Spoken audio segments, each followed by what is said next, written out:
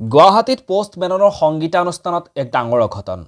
এটা ডাঙৰ অঘটন সংঘটিত হৈছিল পোষ্টমেনৰ সেই সংগীতানুষ্ঠানত যি ঘটনাৰ কথা বহুতেই হয়তো গম নাপায় আৰু বহু মানুহেই সেই ডাঙৰ ঘটনাটোৰ কথা গম পাইছে পোষ্টমেনৰ যি ঘটনা সংঘটিত হৈছে গুৱাহাটীত সংগীতানুষ্ঠান পৰিৱেশন কৰি থকাৰ সময়ত এই ভিডিঅ'টোত মই মূল কথাখিনি আপোনালোকক জনাবৰ কাৰণে চেষ্টা কৰিম আসলে পোষ্টমেনৰ সংগীতানুষ্ঠান পৰিৱেশন কৰি থকা সময়ত এনেকুৱা কি ঘটনা সংঘটিত হৈছে বহুতেই সেই পোষ্টমেনক জুবিন গাৰ্গৰ লগত বৰ্তমান সময়ত তুলনা কৰি আছে আসলে জুবিন গাৰ্গ কোন আৰু পোষ্টমেনন কোন বহুতেই বহু কথা জানিবলৈ বৰ্তমান সময়ত কিন্তু বাকি আছে মই সকলোখিনি কথা আপোনালোকক জনাবৰ কাৰণে চেষ্টা কৰিম থুলমূলকৈ আশা কৰিছো ভিডিঅ'টো আপোনালোকে আৰম্ভণিৰ পৰা শেষলৈকে চাব পোষ্টমেনন আহি গুৱাহাটীত সংগীতানুষ্ঠান পৰিৱেশন কৰিলে এতিয়া পোষ্টমেনন বুলি নামটো কওঁতেও মোৰ চাগে কৰবাত ভুল হৈছে বহুতে হয়তো ক'ব পাৰে যে এইটো নামটো ভুলকৈ উচ্চাৰণ কৰিছে কাৰণ সেই পোষ্টমেনৰ নাম মই আগতে শুনাও নাছিলো তেওঁক মই আগতে দেখাও নাছিলো তেওঁৰ গীত মই আগতে শুনা নাছিলো কেতিয়াবা যদি তেওঁৰ গীত কৰবাত শুনিছিলো এই গীতটোৱে যে সেই পোষ্টমেননে গাইছে যি পোষ্টমেনন বৰ্তমান অসমত আহিছে সেই কথা মই গম পোৱা নাছিলো যিয়ে নহওক তেওঁ এজন শিল্পীক সন্মান কৰাটো আমাৰ সকলোৰে দায়িত্ব আমাৰ প্ৰত্যেকজনৰ দায়িত্ব কিন্তু যেতিয়াৰ পৰাই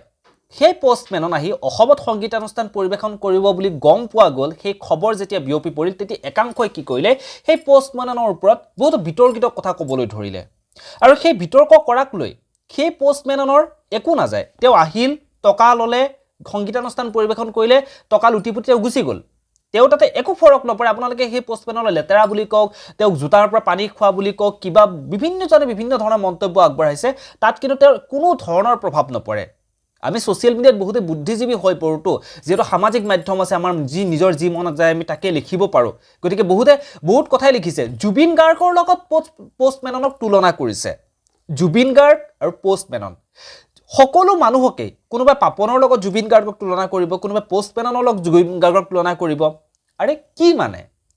জুবিন গাৰ্গক আমি যি স্থানত ৰাখিব লাগে সেই স্থানত আমি জুবিন গাৰ্গক ৰাখিছো জুবিন গাৰ্গক একাংশ মানুহে বৰ্তমানত ভগৱান হিচাপত পূজা কৰে তেওঁৰ এতিয়া যি সমাধিস্থলী সেই সমাধিস্থলীত প্ৰতিদিনে হাজাৰ মানুহে লাখ মানুহে গৈ তাত সেৱা কৰি আছে তাত চাকি বন্তি জ্বলাই আছে ভগৱান স্বৰূপে জুবিন গাৰ্গক মানুহে পূজা কৰা আৰম্ভ কৰিছে পোষ্টমেনন এজন শিল্পী হিচাপে পোষ্টমেননক সন্মান কৰাটো আমাৰ দায়িত্ব প্ৰত্যেকজনৰে দায়িত্ব তেওঁ নিজে আহা নাই তেওঁক মাতি অনা হৈছে অসমলৈ তেওঁ সংগীতানুষ্ঠান পৰিৱেশন কৰিবলৈ মাতি অনা হৈছে তেওঁ সংগীতানুষ্ঠান পৰিৱেশন কৰিছে তেওঁৰ যি ষ্টাইল সেটা হুকিয়া এটা ষ্টাইল জুবিন গাৰ্গৰো এটা ষ্টাইল আছিল জুবিন গাৰ্গৰ যি হুকিয়া ষ্টাইল দুপাত বেলেগ ৰঙৰ জোতা জুবিন গাৰ্গে পিন্ধিছিল কেতিয়াবা মঞ্চত গীত পৰিৱেশন কৰি থাকোতে তেওঁ খুটাত বগাইছিল আৰু সেই জুবিন গাৰ্গৰ লগত আমাৰ হিয়াৰামতো জুবিন গাৰ্গৰ লগত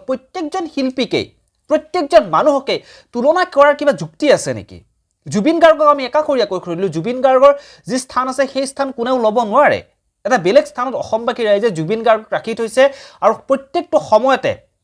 জুবিন গাৰ্গক সেই স্থানত ৰাখি অসমবাসী ৰাইজে পূজা কৰিব জুবিন গাৰ্গক সেইখিনি স্থানত ৰাখি অসমবাসী ৰাইজে সদায় গৌৰৱান্বিত অনুভৱ কৰিব গৌৰৱ কৰিব কিন্তু প্ৰত্যেকজন মানুহকে কোনোবা এজন শিল্পী আহিলে এটা পোষ্টমেনন আহিল যি পোষ্টমেননৰ জুবিন গাৰ্গৰ লগত কোনো সম্পৰ্কই নাই সেই পোষ্টমেননৰ চাগে জুবিন গাৰ্গক চিনিয়েই নাপায় সেই পোষ্টমেননৰ জুবিন গাৰ্গৰ লগত তুলনা কৰাৰ একো অৰ্থই নাথাকে আচলতে কোনো দৰকাৰেই নাই গতিকে এনে ধৰণৰ ঘটনাবোৰ বৰ্তমান সামাজিক মাধ্যমত চলি আছে এটা কথা বেয়া লাগিল হয় যে জুবিন গাৰ্গক হেৰুৱা আমি কণ্ঠশিল্পী জুবিন গাৰ্গক হেৰুৱা বেছি দিন হোৱা নাই আৰু বেছি দিন নহওঁতে আমি অসমত এনেকুৱা এখন অনুষ্ঠান পোষ্টমেননৰ যি অনুষ্ঠান সেই আপোনালোকে গমেই পায় কেনেকুৱা হয় তেওঁ অনুষ্ঠানবোৰ তেনেকুৱা এখন অনুষ্ঠান পতা হৈছে গতিকে যি এটা সুখ অসমবাসী ৰাইজৰ যি সুখ জুবিন গাৰ্গ নোহোৱা হৈ যোৱাৰ পিছত যি এটা সুখৰ চাপ পৰিছে সেই সুখৰ পৰা মানুহখিনি ইমান সহজত উদ্ধাৰ হ'ব পৰা নাই সেই সুখ পাহৰিব পৰা নাই তাৰ পাছত এনেকুৱা এটা অনুষ্ঠান পতাটো অলপমান বহুতৰে কাৰণে কিন্তু এইখিনি সময়ত অলপমান চিন্তাৰ বিষয় হৈ পৰিছে বহুতে এই কথাখিনি ভাল পোৱা নাই বহুতে বিৰোধিতা কৰিছে হেয়া যি হ'ব লগা আছিল সেয়া হৈ গ'ল সেই সংগীতানুষ্ঠান পৰিৱেশন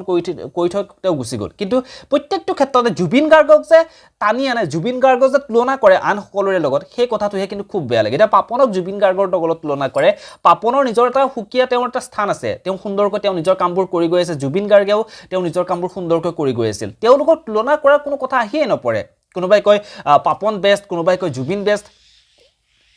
কি ক'ম আৰু ক'বলৈ বেলেগ একো ভাষা নাই গতিকে শিল্পী হিচাপে শিল্পীক আমি সন্মান কৰাটো আমাৰ সকলোৰে দায়িত্ব সকলোৰে আমি কৰ্তব্য আজি জুবিন গাৰ্গ থাকিলেও চাগে পোষ্ট পেনেলৰ অনুষ্ঠানত গ'লে হয় সুন্দৰকৈ চাগে অনুষ্ঠান উপভোগ কৰিলে হয় এইবোৰ দেখি যিবোৰ বৰ্তমান সময়ত একাংশই সামাজিক মাধ্যমত এই কথাবোৰ যে নিজকে অলপ বেছি জানা দেখুৱাবলৈ গৈ যা তা কথাবোৰ যে কৈ আছে এইবোৰে আচলতে খুব বেয়া লাগে এইবোৰ দেখি হয়তো জুবিন গাৰ্গৰ বিৰোধিতা কৰিলে হয় বাকী এই ভিডিঅ'টোৰ পৰা ইমানতে বিদায় লওঁ পুনৰ লগ পাম এনেধৰণৰ কিছু নতুন নতুন খবৰে কথাবোৰ মনলৈ আহি আছিল গতিকে আপোনালোকৰ লগত শ্বেয়াৰ কৰিলে আপোনালোকে কি ভাবে তলৰ কমেণ্ট বক্সত কমেণ্ট কৰি জনাবৰ কাৰণে একেবাৰে নাপাহৰিব পুনৰ লগ পাম এনেধৰণৰ কিছু নতুন নতুন খবৰে ধন্যবাদ